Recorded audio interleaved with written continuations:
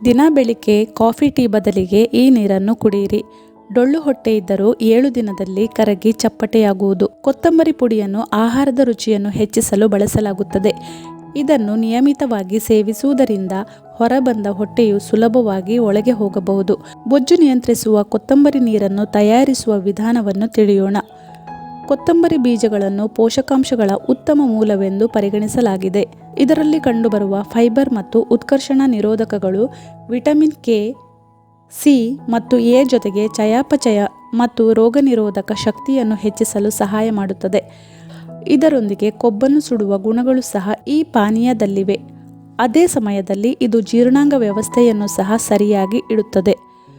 ಕೊತ್ತಂಬರಿ ನೀರನ್ನು ಖಾಲಿ ಹೊಟ್ಟೆಯಲ್ಲಿ ಕುಡಿಯುವುದು ತುಂಬ ಪ್ರಯೋಜನಕಾರಿ. ಈ ನೀರನ್ನು ನಿಯಮಿತವಾಗಿ ಖಾಲಿ ಹೊಟ್ಟೆಯಲ್ಲಿ ಕುಡಿಯುವುದರಿಂದ ವಿಷಕಾರಿ ವಸ್ತುಗಳು ಮತ್ತು ದೇಹದಿಂದ ಕೊಳೆಯನ್ನು ತೆಗೆದುಹಾಕುತ್ತದೆ.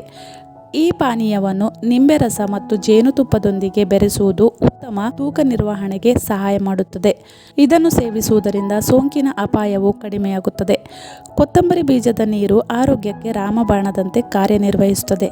ಈ ಬೀಜಗಳ ನೀರು ಉತ್ಕರ್ಷಣ ನಿರೋಧಕಗಳು ಮತ್ತು ಖನಿಜಗಳಿಂದ ತುಂಬಿರುತ್ತದೆ.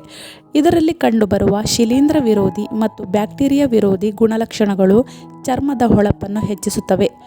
ಖಾಲಿ ಹೊಟ್ಟೆಯಲ್ಲಿ ಈ ನೀರನ್ನು ಕುಡಿಯುವುದು ಹೆಚ್ಚು ಪ್ರಯೋಜನಕಾರಿ. ಇದನ್ನು ನಿಯಮಿತವಾಗಿ ಸೇವಿಸುವುದರಿಂದ ಮೊಡವೆಗಳ ಸಮಸ್ಯೆ ದೂರವಾಗುತ್ತದೆ. ಕೊತ್ತಂಬರಿ ನೀರಿನಿಂದ ದಿನವನ್ನು ಪ್ರಾರಂಭಿಸುವುದು ಅನೇಕ ರೋಗಗಳನ್ನು ಗುಣಪಡಿಸಬಹುದು.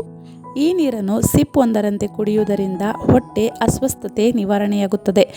ಬೆಳಿಗ್ಗೆ ಖಾಲಿ ಹೊಟ್ಟೆಯಲ್ಲಿ ಕೊತ್ತಂಬರಿ ನೀರನ್ನು ಸೇವಿಸುವುದರಿಂದ ರೋಗ ನಿರೋಧಕ ಶಕ್ತಿ ಬಲಗೊಳ್ಳುತ್ತದೆ.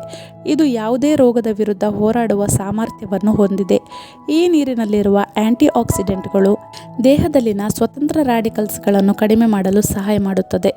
ಇದರಿಂದಾಗಿ ಅನಾರೋಗ್ಯಕ್ಕೆ ಒಳಗಾಗುವ ಅಪಾಯ ಕಡಿಮೆಯಾಗುತ್ತದೆ. ಕೊತ್ತಂಬರಿ ನೀರನ್ನು ತಯಾರಿಸಲು ಮೊದಲು 1 ಟೀ ಚಮಚ ಕೊತ್ತಂಬರಿ ಬೀಜಗಳನ್ನು ರಾತ್ರಿ ಇಡೀ 1 ಕಪ್ ನೀರಿನಲ್ಲಿ ನೆನೆಸಿಡಿ. ನಂತರ ಈ ನೀರನ್ನು ಬೆಳಿಗ್ಗೆ ಫಿಲ್ಟರ್ ಮಾಡಿ ಕುಡಿಯಬಹುದು. ನೀರನ್ನು ಫಿಲ್ಟರ್ ಮಾಡಿದ ನಂತರ ನೀವು ಬಯಸಿದರೆ ಈ ಕೊತ್ತಂಬರಿ ಬೀಜಗಳನ್ನು ಎಸೆಯುವ ಬದಲು ಅವುಗಳನ್ನು ಒಣಗಿಸಿ ಅದರಿಂದ ಪುಡಿಯನ್ನು ತಯಾರಿಸಬಹುದು.